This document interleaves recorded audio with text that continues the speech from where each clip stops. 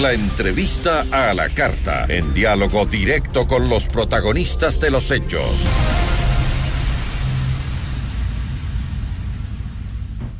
Nos acompaña a esta hora Germán Rodas, el excoordinador de la Comisión Nacional Anticorrupción. Germán, ¿cómo está? Muy buenas tardes, gracias por acompañarnos. A ver si me ayuda, por favor, prendiendo su micro o quitándole el muting, por favor. Listo, Gisela. Buenas tardes. ¿Cómo está? Un gusto saludarla. Qué gusto, muchísimas gracias por acompañarnos.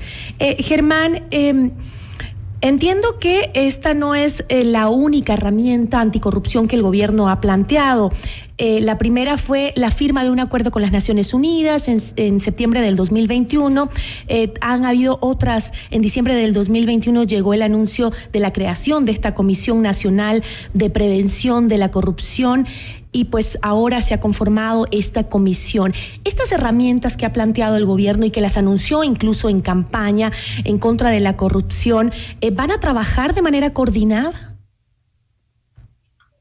Bueno, eso tendríamos que preguntarle al gobierno, pero lo que se entiende claramente es lo siguiente, que no funcionó ninguna de las iniciativas anteriores y que el día de ayer crearon una secretaría técnica que se encargará desde la función pública o dedicada hacia la función pública para tomar algunas prevenciones respecto de la corruptela. Hemos tenido que esperar un año para que exista al menos un pronunciamiento en esta materia.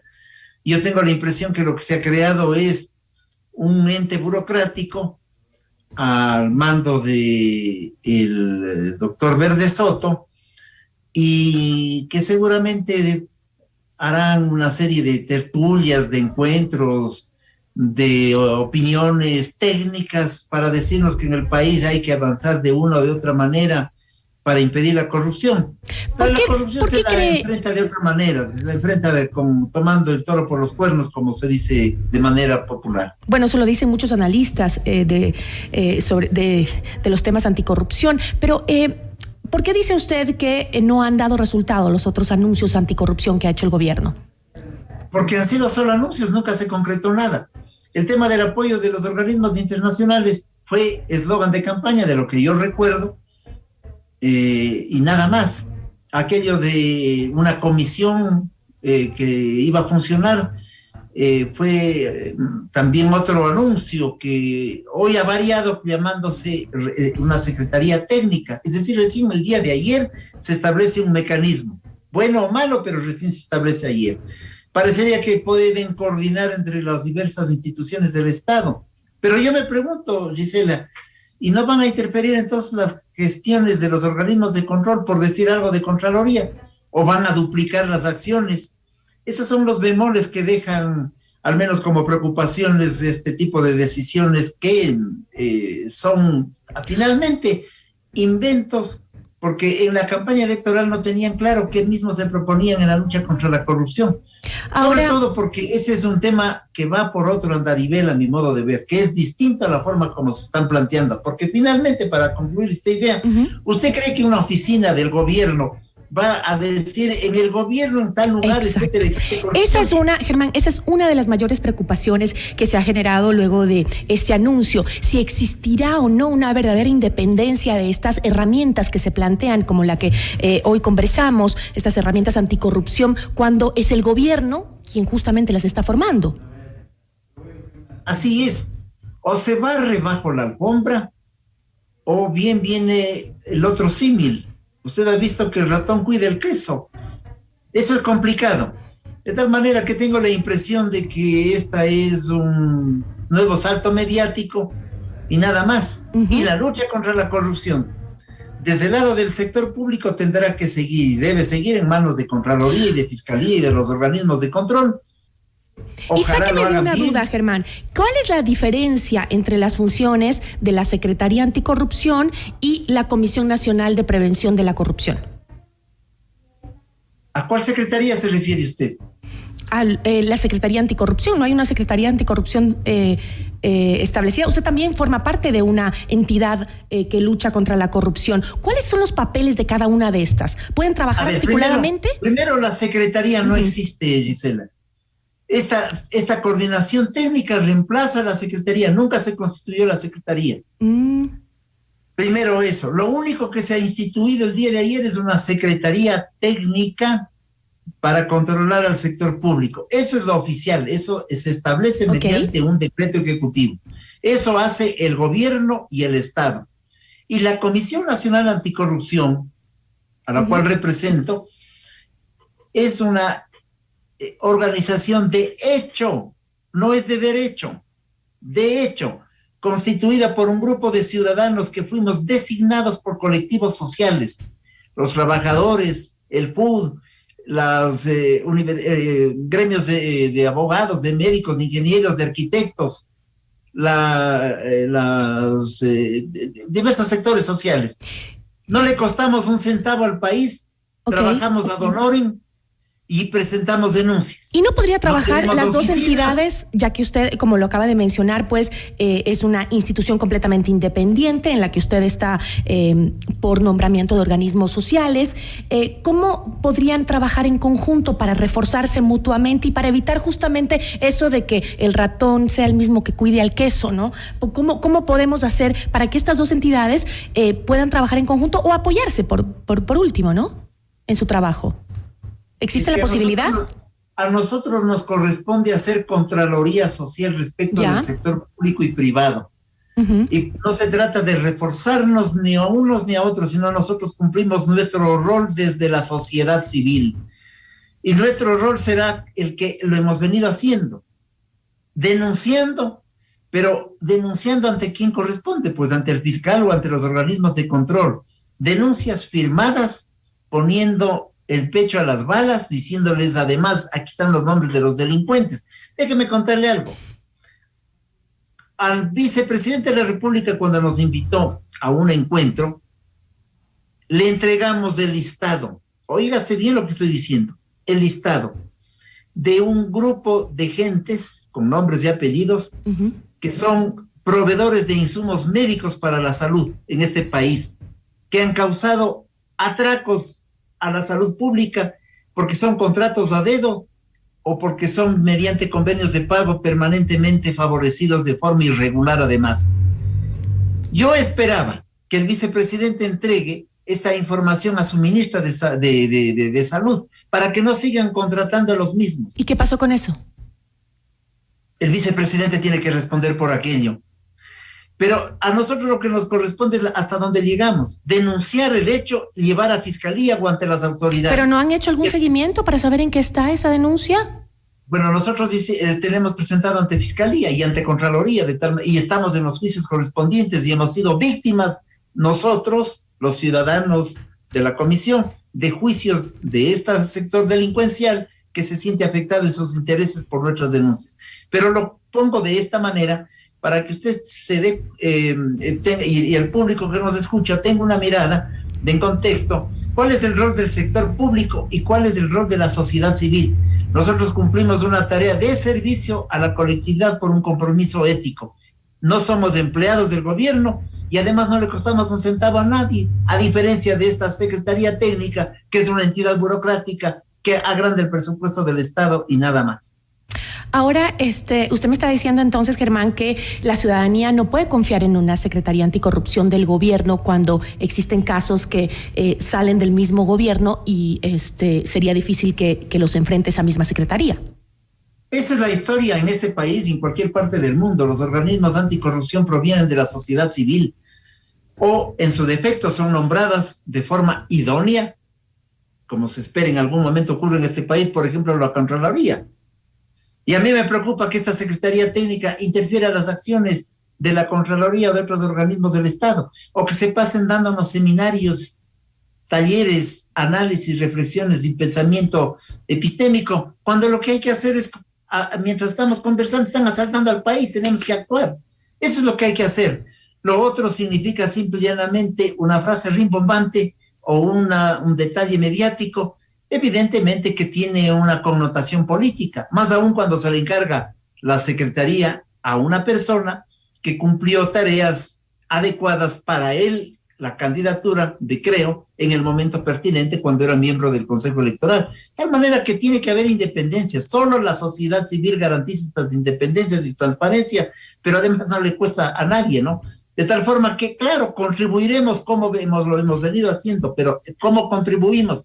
Entregando la denuncia, entregando los datos, especificando las graves omisiones o los graves asaltos existentes en el país respecto de algunos temas. Al señor Poli le denunciamos en su momento, es decir, en el año 2016, y él nos puso un juicio por el cual intentaron llevarnos a prisión, que tuvimos sentencia de prisión precisamente, el señor Poli. Pongo este ejemplo adicional porque evidentemente cuando se trabaja para el gobierno, pues es evidente que va a ser difícil que digan el gobierno que me ha dado empleo, que me ha creado una oficina, que me ha dado secretarias y que tengo por lo tanto chofer a la puerta, saben que roba en tal parte. Eso va a ser bien difícil, al menos no creo que ocurra esto de la manera que todos aspiran. Bueno, usted tiene mucha razón en lo que dice, porque las secretarías anticorrupción tienen un pasado de fracaso. Aquí tengo algunos datos, justamente lo que se refería hace poco. El ex presidente Lenín Moreno creó una institución muy similar en febrero de 2019. Tuvo 3 secretarios en 15 meses y fue suprimida en mayo de 2020. Y se dio el fin de esta secretaría justamente por los reclamos que había generado su trabajo en Fiscalía, Contraloría, Corte Nacional de Justicia, Consejo de la Judicatura y el Consejo de Participación Ciudadana. Habían dicho que estaba interfiriendo en las funciones de estas instituciones. Así es, no presentaron una sola denuncia. Y vaya usted a saber cuánto costó esas secretarías. La Comisión Nacional Anticorrupción, sin recursos, ha presentado 30 y pico de denuncias y ha obligado que se abran 71 expedientes de investigación sobre temas fundamentales en el país. De Odebrecht, refinerías hidroeléctricas, refinería del Pacífico, los aviones Dru, los helicópteros Dru, etcétera, etcétera, etcétera. Pero también allí viene la otra contraparte que es fundamental, que cuando la denuncia se establece a tiempo y de manera adecuada, como no hemos tenido jamás nosotros un rechazo de denuncias en los últimos años, la investigación y la sanción para efectos de que no haya perdón y olvido, y sobre todo, ojalá podamos ser capaces de encontrar los recursos. De eso se trata. De todas formas, más allá de la crítica acerba, fuerte, dura, que hay que hacer porque no hay que mirar las cosas, desgraciadamente en estos temas hay que mirar en blanco y negro, aquí no hay matices. Digo, desgraciadamente, nos deja un sabor amargo todavía lo que se hace en la lucha anticorrupción, desde el poder, desde el Estado. Y no, cuando me refiero al poder y al Estado, no solamente me refiero al gobierno, me refiero a las estructuras del poder, de tal forma que sigue siendo la sociedad civil repositaria de la verdadera acción. Y cuando hablo de la sociedad civil, no hablo de la Comisión Nacional Anticorrupción, no más, hablo del periodismo de investigación, hablo de la prensa que ha sido capaz de demostrar lo que ha ocurrido en el Ecuador de los últimos 20 años. Creo que esa es la sociedad civil a la que hay que fortalecerla, pero no la sociedad civil estatizada, porque el Consejo de Participación Ciudadana es una sociedad civil estatizada. Cuando se la estatiza ya no es sociedad civil. ¿Sabe quiénes hacían eso? Que estatizaban a la sociedad civil. Hacía el señor Stalin y el señor Mussolini. Ellos estatizaron a la sociedad civil. Entonces esa sociedad pasa a ser parte del poder y de la estructura estatal. Y no hay quien les controle. Fuera de él. Ahora, Germán, ¿por qué el gobierno no logra controlar el tema de la corrupción que ocurre incluso con sus propios funcionarios, como lo hemos mencionado, el tema de salud, el tema de las redes de contrabando, por ejemplo, en las cárceles, con obviamente clara y expuesta complicidad con los funcionarios de la policía, del SNAI, de todos aquellos que trabajan dentro de este sistema de las cárceles del país? ¿Por qué? ¿Cuál es la razón de que los gobiernos no logran el control? Es un problema estructural la corrupción. Lo que usted acaba de señalar, esta gama de ineficacias, no es sino el señalamiento de una perversidad en la estructura del poder político y económico. Y déjeme decirle que la corrupción no solamente es el hecho de llevarse los dineros de los ecuatorianos en el bolsillo. Corrupción es no entregarle a tiempo la salud, la dignidad de vida, la vivienda, salarios adecuados, forman parte de la corrupción. Ese es otro tipo de corrupción, pero es corruptela finalmente. Por eso es que yo hablo de una corrupción estructural que existe en el país, a la que hay que confrontarla también desde una propuesta estructural distinta, que sea capaz de caminar hacia allá mediante un sistema nacional anticorrupción. De tal suerte que la corrupción no solamente es el andarivel del asalto a los recursos económicos, es también el asalto a la dignidad de los ecuatorianos. Pero estos temas, como los que hemos mencionado acá, no solo el hecho de la corrupción que hay entre los funcionarios de las cárceles del país, entre esos miembros de la policía, miembros del SNAI, los agentes de control penitenciario. Además de eso, el tema de la salud. Hemos visto tantos temas en donde la corrupción salta a lo largo de los años. Usted mencionó algunos casos. La prensa, como usted ha dicho, lo ha investigado, lo ha puesto en la palestra pública en varias ocasiones. ¿Por qué? ¿Por qué está tan enquistada en nuestra sociedad que llega un nuevo gobierno con anuncios, tal vez con una gran buena voluntad de querer enfrentar con contundencia a la corrupción y no lo logra? Porque estamos viendo día con día que la corrupción todavía está en todas partes. ¿Por qué? ¿Está muy arraigada? ¿Tiene tentáculos que llegan a yo no sé, temas de control también? Porque se sabe, dónde está la corrupción la sabemos todos los ecuatorianos, porque la prensa lo ha dicho muchas veces y también lo saben las autoridades. Así es. Lo hemos dicho los ecuatorianos que estamos en esta tarea cívica, pero si no se actúa, o es que son cómplices, o es que el encubrimiento forma parte de su ejercicio político, o es que la corruptela tiene control sobre la misma. Odebrecht se encargó de nombrar gobiernos en Latinoamérica, no voy a hablar del país, y que tenía sus propios candidatos, llegaban al ejercicio del cargo y tenían que entregarles la obra pública en su beneficio, y esa era una forma de compromiso entre la empresa privada, en este caso Odebrecht, y los regímenes designados o electos. De tal manera que este esquema que acabo de señalar forma parte de un contubernio que se repite también en pequeñito entre las alcaldías, los concejales, los que ponen los adoquines, los que entregan los insumos médicos y aquellos que los compran. Y así vamos multiplicando, ¿no? Y el silencio del poder en cualquier gobierno regional, local o seccional forma parte del acto colusorio con la corrupción. Así es que allí está todo este engranaje del que estamos señalando, de tal forma que no es un tema solo de buena voluntad o de un discurso, voy a acabar la corrupción. No, es una demostración fidedigna, permanente, que tienen las autoridades que ejercerlo, pero además los organismos de control también. Y la justicia, de otro lado, ser ágil y rápida para sancionar al delincuente y no para liberarlo. De tal manera que todos estos factores que se entreveran entre sí en términos de generar desconcierto frente a la lucha anticorrupción no hacen sino demostrarnos que hay problemas de fondo y estructurales. Y desgraciadamente en el país es evidente que ciertos tentáculos se van dispersando y van cooptando a las instituciones, a los individuos y a las personas. Y a la justicia también. Tiene un factor que es individual, Gisela. La gente pierde el sentido, el norte de su vida cotidiana y quiere vacacionar en Europa cada 3 meses y quiere tener las mejores condiciones de vida, que debe tenerlas y que tiene derecho, pero no a costa de los recursos de los ecuatorianos. Hay por lo tanto, una categoría distinta. Y esta gente ha ido constituyendo una estructura social a la que le voy a dar un nombre. Es una categoría social. Es el lumpen pequeño burgués o el lumpen burgués que quiere vivir bien a costa de cualquier acto ilícito, pero vivir bien. No le importa la ostentación, porque esto es lo que manda el mercadillo de valores en lo que significa. Yo le pongo una categoría mejor. Es un delincuente, simplemente. No le ponga más nombre. Es un delincuente. Son nuevos tipos de delincuentes. Ya no solamente es el carterista de la esquina.